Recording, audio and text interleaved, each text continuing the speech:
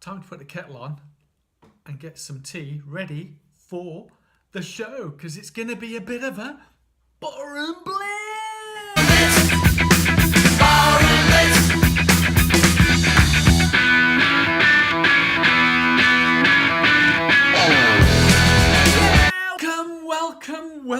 Welcome to the show. And yes, here we are, show number 24. 4 weeks of this wonderful weekly updates in the build up to my first ever New York City Marathon. Yes, it's 2 weeks. 2 weeks to New York. And yes, as you would have seen from last week's weekly update, it wasn't good news with the injury. And but yeah, these things happen. As I said, being philosophical, I'm very philosophical about the whole thing, and I'll give you an update what's been happening on the week, almost in chronological order, yeah, because that's often a good order. But as often they say, well, one door closes, another door opens. I went back home at the weekend. I wasn't really planning, but being injured, I thought I was scheduled to run the Birmingham Half Marathon, which was the same day as the inaugural Birmingham International Marathon. And because of the injury not having cleared, and it was, causing me issues, it would have been a bit not very sensible to race that day. I actually decided to go back and do some cheering for the marathon, half marathon. So I produced a banner, poster, "Push here for pizza power" was the sign. And, so I was all prepped and ready to go. So obviously not living too far from the marathon, half marathon course. The plan was to hop on a train, go over to Bourneville at the chocolate factory, Cadbury Chocolate Factory. Yeah, who doesn't like chocolate? And do the cheering from there. Until I had a call late Saturday night, and I had an offer to be on the lead car. Yes, the lead car for the Birmingham International Marathon. How crazy was that? I mean, I was absolutely, it's like a boy in a candy store or a mosquito in a nudist colony. I just thought, wow, it was just amazing. And I posted the vlog last week. I think I'll put a link in the post here. It was an absolutely incredible experience. So thank you to the Great Run organisers for giving me that opportunity. And it was totally brilliant. I loved every minute of it. An experience of a marathon from a completely different perspective, and one that opened my eyes of the things that go on, not just behind the scenes, but also with the elite guys at the front, how people race at the front of a race. Because obviously for me, I don't get to see the front of the race. I'm not that quick yet.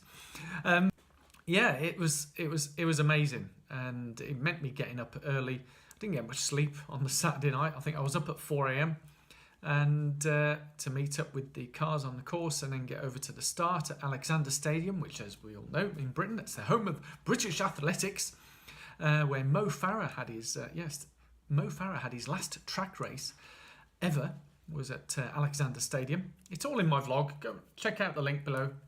And I also had the opportunity I bumped into a number of marathon legends, and I just done some ad hoc, quick ad-lib interviews. When I'd finished with the front of the race, elite race, I managed to hot-foot it back on a train and get to the cheer point where I wanted to be in Bourneville. I get some time because work has been a bit hectic this week.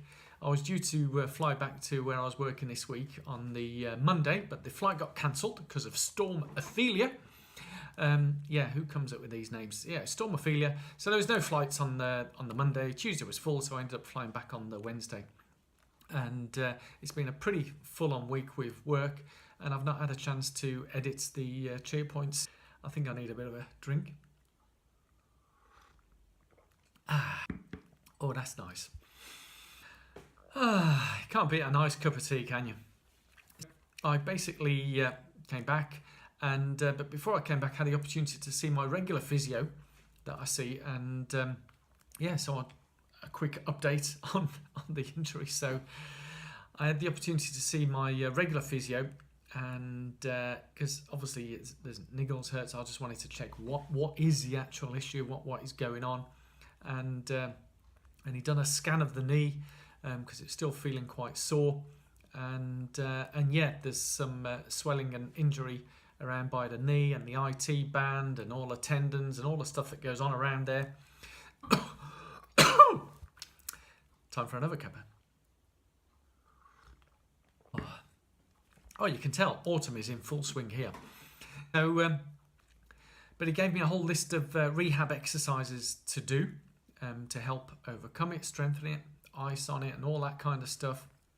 So it's been rehab, and I'm pleased to say it's making some very marked improvements, and I'm feeling a lot better, feeling really positive, and not as down as I was last week. So, which is really good. So, thumbs up on that, and thank you all so much for the amazingly positive comments, and it does mean a lot to me when people who I've never met in my life, who watch these things each week or randomly come on to the odd one and leave some amazingly positive comments and support for me, and also for a lot of the running community out there. It's an amazing feeling to know that that I'm having an impact with so many people out there, and it sort of puts a bit of responsibility on me that I need to act in maybe a more responsible manner. But hey, I don't take life too seriously, but always do your best. That's all I can say.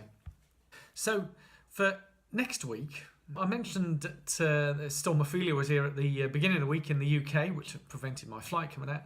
And right now, I think we're about to be battered by Storm Brian. As I said earlier, who comes up with these names? So as they do with the hurricane season, they do it alphabetically. They've had Ophelia for A, now it's B for Brian. Now that reminds me vividly of the Monty Python film, The Life of Brian. Yeah, release Brian. So yeah, I can't help but chuckle, but hopefully everyone will be safe out there and stay safe. But for me, for this week and the coming week, it'll be more rehab exercises, keep the strengthening going, and then slowly ease my way back into the running. I managed. That was me for this week. So I hope you enjoyed the update. And as I say, in the next few days or day, I'll be publishing the video on the what I was doing supporting out on the Birmingham International Marathon. And if you haven't watched the me in the lead car of the Birmingham International Marathon, I don't know whether it'll ever happen to me ever again to be at the front of a marathon major. Ooh.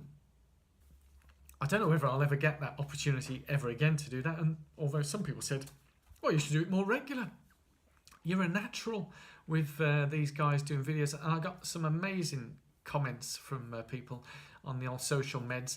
I even had Liz McLaughlin, marathon legend, who's won New York Marathon, Tokyo Marathon and London Marathon. One of the top athletes, marathon athletes that Britain had ever produced, and amazing lady, and actually had the opportunity to interview her, and it was fantastic. The whole day was amazing. I loved it, and I hope you do enjoy the vlogs, videos on that. And if you did enjoy this, I do like the thumbs up and the likes. Feel free to leave some positive comments below, because it all helps, doesn't it? So we're here all to help and support each other and have a great time. And I'll hopefully see you next week for another show. So wherever you are, whatever you do, just remember to keep running.